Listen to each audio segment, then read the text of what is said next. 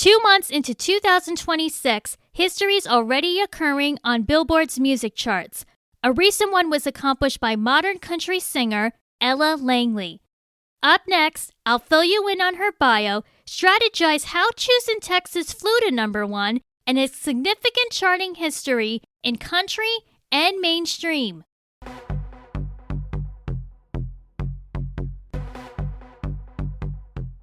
Welcome to Music Media Review, a podcast critiquing topical events of the modern music industry. I'm Jess, always been fascinated over the luck certain songs and artists receive. Part of me is old school, discovering new stuff on radio and reading up Billboard's music charts. My college thesis studied its ranking longevities and milestones up to 2011, and I've kept the same viewpoint as the pace for new releases have slowed down. I get excited seeing things coming out of the ordinary, and is why I wanted to examine Ella Langley's Choosin, Texas latest achievements. I became a fan of hers a few years ago, ready to timeline her life to crossover success.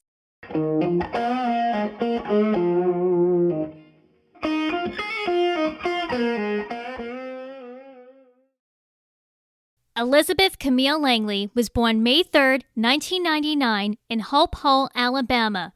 Raised by a sly mother, pristine father, Ella grew up singing at church with her siblings and often with her family.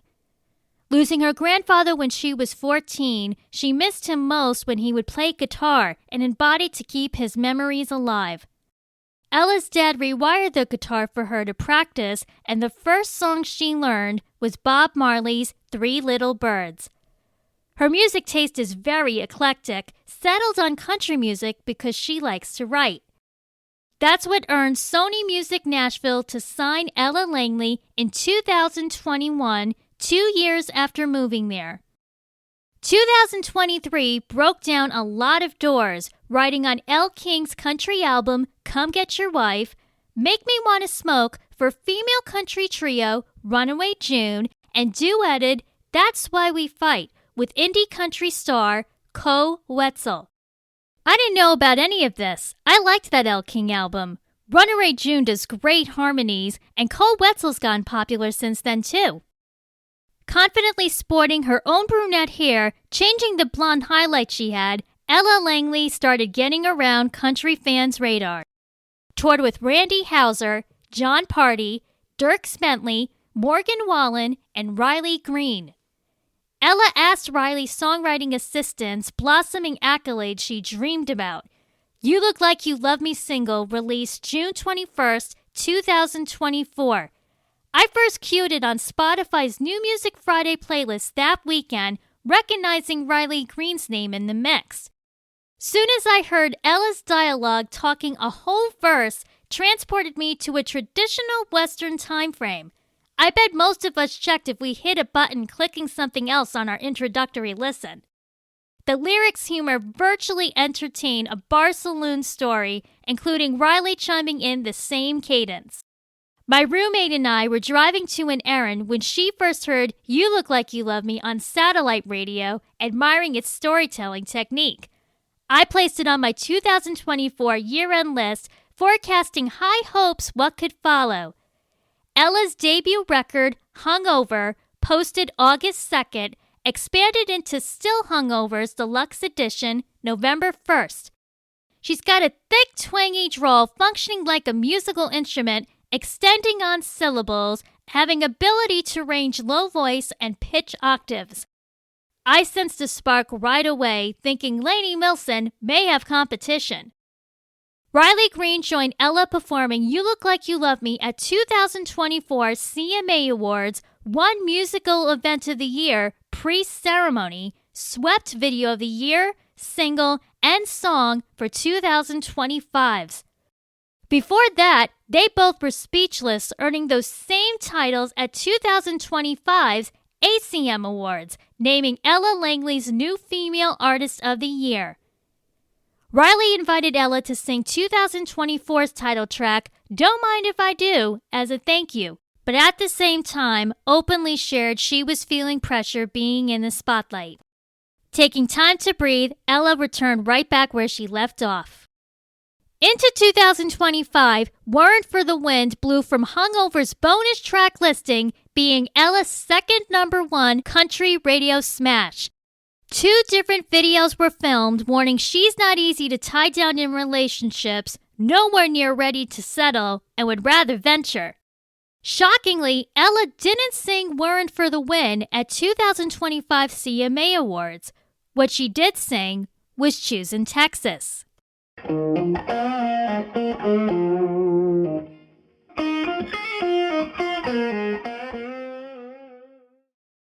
Choosin' Texas promo single launched October 17, 2025. Narrating a fictional love triangle, Ella regrettably loses out to a Texas woman her boyfriend once dated when they visited back. She's from Texas. I can tell by the way he's two-stepping round the room and judging by the smile that's written on his face. There's nothing I can do. It doesn't take a crystal ball to see. A cowboy always finds a way to leave. Drinking Jack all by myself, he's choosing Texas. I can tell. A young couple was shown dancing in the corner of Ella singing Choosin' Texas at the CMA Awards. No music video has been made. Networking took place at 2025's ACMs when Ella accompanied Miranda Lambert celebrating Kerosine's 20th anniversary, title track, album, and ACM holding its 60th award show. Miranda co-wrote Choosing Texas as a fellow Texan. Melodically, I'm reminded of Strange off her 2022 Palomino album. Gives off that same bluesy saloon defeat. Miranda Lambert's been looked at reviving traditional country in her composing, reputation, most likely brainstormed the retro songs quoted in Choosin' Texas' second half. Smoky Mountain Rain by Ronnie Millsap, George Strait's Amarillo by Morning, and Jerry Reed's Eastbound and Down. These gave me homework to check out. I'm unfamiliar knowing any of them. Now the big question. What caused Choosin' Texas to cross over top 40, top 5 to #1 on the Hot 100? Country stance has risen in the 2020s, but what in particular drew this high honor? Here's a couple of my theories. Back in October, Billboard amended criteria eligible for the Hot 100's positioning. If songs move or linger within intervals, they can get dropped off due to inactivity. Rulings are below number 50 after 20 weeks, below number 25 in 26 weeks, in the top 10 over 52 weeks, or below top 5 past 78 weeks. In this case, Choosin' Texas debuted 39 on the Hot 100 week of November 1st, 2025, jumped from 48 to 5 after the holidays week of January 10th, 2026, meaning that less music was being promoted, Christmas carols tapered off streaming and adult contemporary stations, so data calculated equal spins dragged from country radio. The timing when Choosin' Texas was #1 got even crazier because Olivia Dean's Man I Need was close, calculating from pop stations and winning Best New Artist at the Grammys. However, Choosin' Texas inched out and knocked off Harry Styles' promo single, Aperture. Pre-planning this episode, I found another factor popped up in my emails. TikTok users have posted parody misheard lyrics of Choosing Texas based on Ella's pronunciation sound.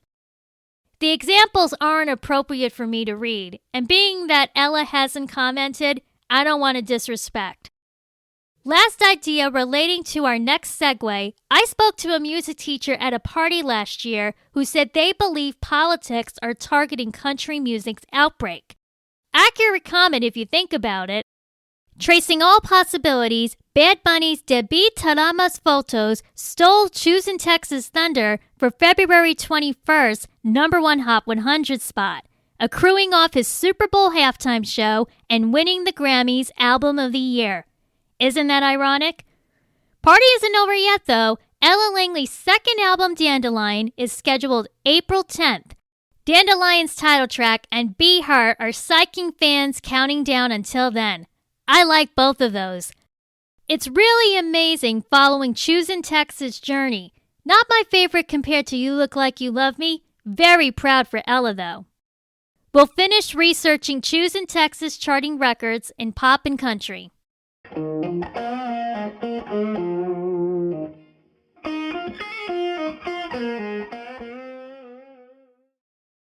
30 country songs have previously topped the Hot 100 and Hot Country Songs simultaneously. Choosin' Texas is the first, dominating the Hot 100 and 4 country charts same week. Hot Country Songs, Country Airplay, Country Digital Songs, and Country Streaming Songs. It's also a third Texas-named track reaching number 1 in 2 years. Beyoncé's Texas Hold'em in 2024 on the Hot 100, Country Songs, Country Digital, and Blake Shelton's Texas succeeded on Canada and U.S. Country Airplay in 2025. For Miranda Lambert, she earned a third country crossover number 1 as a songwriter and not a lead singer. Elle King invited her on 2021's Drunk and I Don't Want to Go Home and had a hand writing Morgan Wallen's Thought You Should Know in 2023. Coinciding on the country charts, A Song to Sing, Chris Stapleton's duet with Miranda, climbed number 1 country digital songs last summer. Back over to the Hot 100, it's technically 45 years when a solo country female held a number 1 hit. Can you believe it's taken that long? Billboard mentioned Beyoncé's Texas Hold'em and Taylor Swift's All Too Well 10-minute version's hype, but judging solely in the genre, someone else lives in infamy. Dolly Parton. 9 to 5 worked to number 1 early winter 1981 on the Hot 100, Hot Country, and Adult Contemporary. Everybody knows that one. Pop stations are trying out Choosin' Texas in rotation. I think there's a greater chance of it doing well in Adult Contemporary. I'm liking Be Her previewing Dandelion's album. Catchy rhyming, fitting springtime season, my favorite. Can't wait for the weather and music. To conclude, Ella posted a public letter preparing for Dandelion's era. Dandelions are masters of survival, thriving in even the harshest environments. Often dismissed as a common weed, this unassuming plant carries a deeper symbolism of hope, healing, and resilience. This next record to me has so much growth in it, I feel the most myself I've ever felt. I want you to dance. I want you to sing. I want you to be able to relate to these words in a way where you don't feel alone in your thoughts. I want you to not even worry about anything and daydream and listen to these songs. I want you to enjoy them with your friends and family.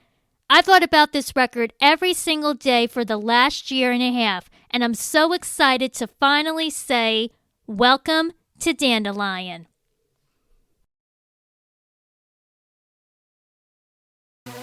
Thanks for tuning in to this episode. I hope you enjoyed learning about Ella Langley and our music culture. Shakes all kinds of amazement. Let me know what you think of her, the topics I've discussed, and if you have any requests. Email musicmediareviewpodcast@gmail.com. Support following our social media on Facebook, X, Instagram, YouTube, and TikTok. I'm Jess. Next episode will be a fresh review of Bruno Mars' album, The Romantic. Talk to you Saturday, February 28th.